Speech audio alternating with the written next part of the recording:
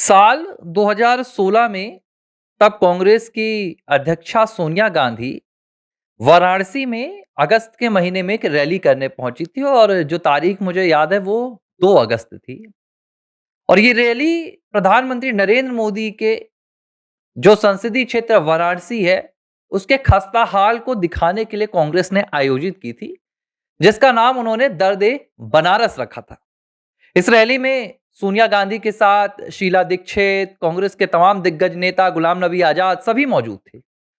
और सोनिया गांधी प्रधानमंत्री नरेंद्र मोदी के संसदीय क्षेत्र में कांग्रेस की ताकत दिखाने पहुंची थी, जिसमें वो पीएम मोदी को केंद्र से लेकर वाराणसी तक हर तरीके से घेर रही थी।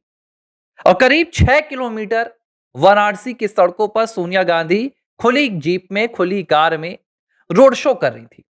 लेकिन उस वक्त सोनिया गांधी 69 साल की थी और स्वास्थ्य उनका उतना अच्छा नहीं रहता था। रोड शो के दौरान अचानक सोनिया गांधी को तेज बुखार आ गया और अचानक आए बुखार के चलते सोनिया गांधी की तबीयत इतनी ज्यादा बिगड़ गई कि उन्हें आखिरकार अपना रोड शो रद्द करना पड़ा। और बीच रोड शो के ही सोनिया गांधी तत्काल राजधानी दिल्ली वापस आ जाती हैं। कांग्रेस पार्टी के तमाम दिग्गज नेता भी घबरा जाते हैं कि अचानक सोनिया का जो स्वास्थ्य खराब हुआ, ज्यादा चिंताजनक बात ना बन जाए।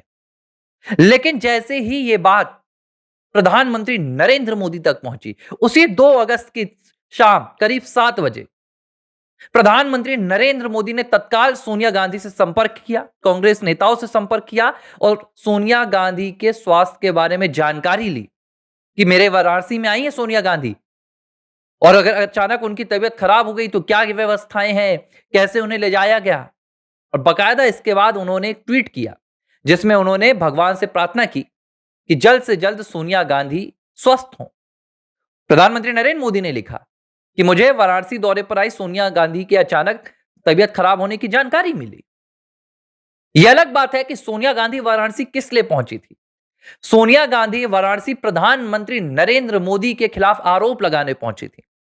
पीएम मोदी के संसदीय क्षेत्र में पीएम मोदी के खिलाफ प्रचार करने पहुंची थी, हुंकार भरने पहुंची थी। लेकिन आप देखिए कि राजनीतिक स्तर प्रधानमंत्री नरेंद्र मोदी का कितना ऊंचा था कि प्रधानमंत्री नरेंद्र मोदी ने कोई नहीं समझौता किया कि वो मेरे खिलाफ बोलने आई है या मेरे खिलाफ दुष्प्रचार करने आई है। अगर उनका स्वास्थ्य खराब हुआ है मेरे वाराणसी में, मेरे संसदीय क्षेत्र में, तो मुझे इसकी जानकारी लेनी चाहिए। और ये एक मौका नहीं था जब पीएम मोदी ने सोनिया गांधी की तबीयत खराब होने पर जानकारी ली हो। जब जब सोनिया गांधी अस्पताल में भर्ती होती हैं या कभी उनका स्वास्थ्य खराब होता आया है, सबसे पहला भारत में अगर कोई पदाधिकारी रहता है तो वो प्रधानमंत्री नरेंद्र मोदी रहते हैं। क्यों?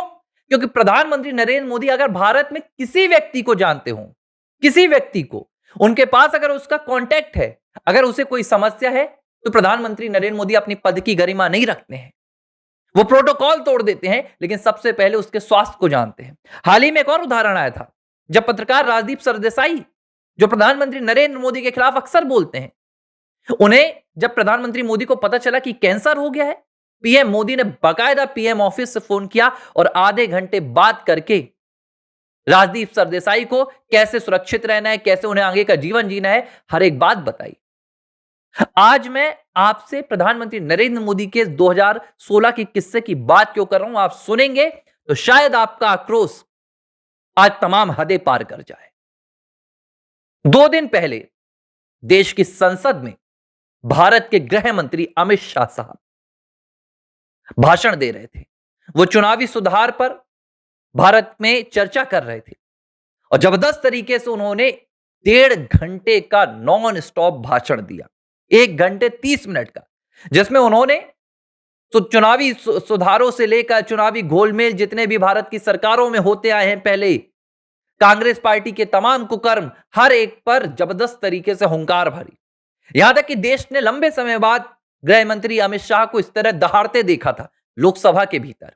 2019 में मैंने कहा था गृह मंत्री अमित शाह का ऐसा पूरा भाषण आया था 370 पर, लेकिन जो उन्होंने उस दिन कहा, चाहे फिर वो राहुल गांधी को फटकार लगाना हो, क्या आप मुझे आदेश नहीं दे सकते कि मैं अपने भाषण का क्रम बदलूं।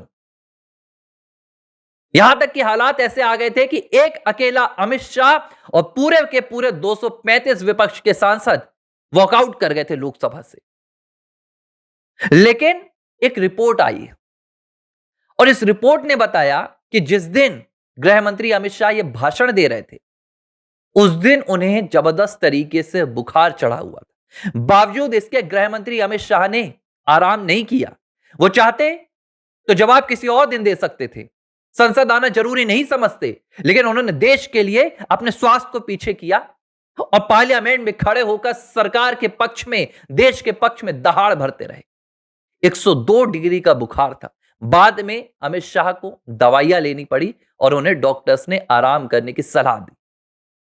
जब अमित शाह से जुड़ी हुई यह स्वास्थ्य संबंधी खबर एक मीडिया संस्थान ने प्रकाशित की, तो कांग्रेस पार्टी की राहुल गांधी की स्पोक पर्सन है, जो राहुल गांधी के ट्वीट्स को कांग्रेस के ट्विटर हैंडल पर पूरे टाइम डालती रहती हैं, सुप्रिया सिनेत। महिला के नाम पर सुप्रिया सिनेत कितनी शर्मसार है, कितनी शर्मनाक हरकतें करती है, मैंने कभी नहीं देखा। मैंने विपक्ष की राजनीति भी खूब पढ़ी है, मैंने सत्ता पक्ष की राजनीति भी पढ़ी है, लेकिन वर्तमान दौर में विपक्ष जिस घिनौनी हरकत पर है, वो मैंने कभी नहीं देखा। सुप्रिया सिनेत गृह मंत्री अमित शाह के स्वास्थ्य को लेकर तंज कसती हैं, घिनौनी हरकत करती हैं और ट्विटर पर कहती हैं कि गृह मंत्री अमित शाह के स्वास्थ्य खराब होने की, तबीयत खराब होने की जानकारी मिली, हम चाहते हैं कि वो जल्द से जल्द स्वस्थ हो जाएं। लेकिन नीचे क्या लिखती हैं सुप्रिया सिनेत? नीचे लिखती हैं कि राहुल गांधी के सामने अच्छे अच्छों को बुखार चढ़ जाता है।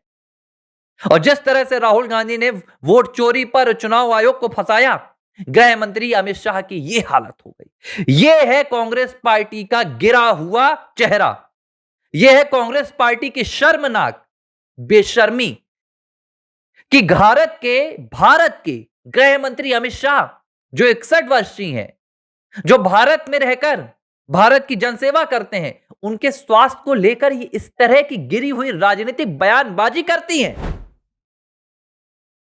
प्रधानमंत्री नरेंद्र मोदी ने क्या किया था 2016 को, 2 अगस्त को? सुप्रिया सिनेत को क्या नहीं पता?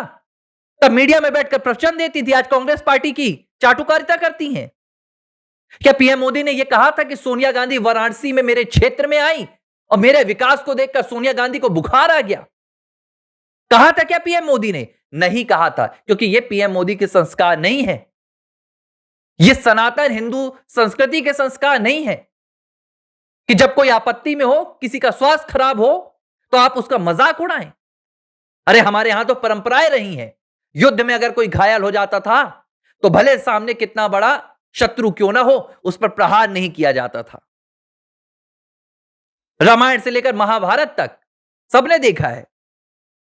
रावण जब एक बार आया भगवान श्री राम से युद्ध करने और चोटिल हो गया, तो रावण का रथ लौटकर वापस चला गया, लेकिन भगवान श्री राम ने प्रहार नहीं किया।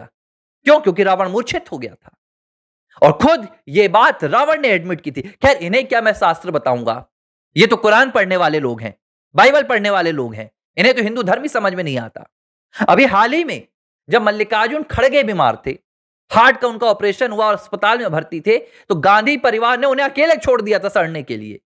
विदेश चला गया था गांधी परिवार। अक्टूबर महीने की बात कर रहा हूं। तब प्रधानमंत्री नरेंद्र मोदी ने फोन किया था और उनका स्वास्थ्य जाना था, और इस बात को लेकर सार्वजनिक तौर पर मल्लिकार्जुन खड़गे ने ऐलान किया था, ट्विटर पर बताया था कि पीएम मोदी का फोन आया था। यह है राजनीति का अंतर। और मैं ऐसा नहीं कह रहा हूं कि कांग्रेस ने ऐसा कभी नहीं किया। जब गुलाम नबी आजाद को लेकर प्रधानमंत्री नरेंद्र मोदी ने राज्यसभा में वो वाकया बताया था कि जब जम्मू कश्मीर में गुजरात के गए पर्यटकों पर आतंकी हमला हो गया था, तो गुलाम नबी आजाद रो दिए थे। और जैसे एक परिवार का कोई व्यक्ति अपने परिवार के शवों को भिजवाता है, वैसा गुलाम नबी आजाद ने भिजवाता। पीएम मोदी की आंखों में आंसू थे। अटल बिहारी वाजपेयी ने खुद इस बात को एडमिट किया था कि उनके आर्थिक हालात इतने मजबूत नहीं थे कि वो अपनी बीमारी का इलाज जाकर घुटनों का ऑपरेशन विदेश में करवा सकें। तब राजीव गांधी ने अटल बिहारी प्रधानमंत्री नहीं थे, लेकिन उन्हें विदेश जाने वाले एक जो डेलीगेशन होता है उसके साथ भेज दिया था कि आप चले जाइए, आपका खर्चा बच जाएगा। यह थी राजनीतिक मधुरता, राजनीतिक सौहार्दता, राजनीतिक समन्वय। लेकिन आज सत्ता की भूखी कांग्रेस हर शर्मनाक हरकत को पार कर रही है। और सुप्रिया सिनेत जैसे प्रवक्ता भारत की संस्कृति, भारत की एकता और भारत की जो विचारधारा है, उसके विपरीत जाकर काम कर रहे हैं। ये ना तो राजनीति कर रहे हैं देश में या रणनीति कर रहे हैं, ये सिर्फ देश में सत्ता हासिल करने का प्रयास कर रहे हैं। राजनीति ये नहीं होती, राजनीति मुद्दों पर होती है। लेकिन शायद कांग्रेस पार्टी राहुल गांधी की चाटुकारिता में इन जैसी प्रवक्ताओं को सामने खड़ा कर अपनी किरकिरी करवा रही है। मैं नहीं चाहता कि कांग्रेस इस हालत तक गिरे, क्योंकि कांग्रेस का इतिहास रहा है। सरदार पटेल जैसे भारत के दिग्गज स्वतंत्रता संग्राम सेनानी इसी कांग्रेस में रहे। कांग्रेस किसी की जागीर नहीं है कि आप इस तरह इसको कब्जा लें। लेकिन क्या हालात हैं आज कांग्रेस के। जब से एक परिवार ने कांग्रेस में कब्जा किया सन 47 से, तब से कांग्रेस ने दोबारा कभी राइज नहीं किया। इसी कांग्रेस में लाल बहादुर शास्त्री जैसे दिग्गज नेता रहे, जिन्होंने जय जवान जय किसान का उद्घोष दिया। लेकिन आज क्या हो रहा है? आज किसानों की जय हो रही है, जवानों की जय हो रही है। राहुल गांधी जवानों को भी गरियाते हैं, किसानों को भी। बहरहाल अमित शाह का स्वास्थ्य तो ठीक होगा ही होगा। 100 करोड़ हिंदू और 150 करोड़ भारतवासी उनके स्वास्थ्य की कामना करते हैं। लेकिन सुप्रिया सेनेट ने जो बेशर्मी आज अमित शाह को लेकर दिखाई है, यह बेशर्मी राजनीति के गिरते हुए सबसे भयंकर स्तर का एक उदाहरण है। एबीसी हिंदी न्यूज, आज ही जुड़िए हर खबर के साथ।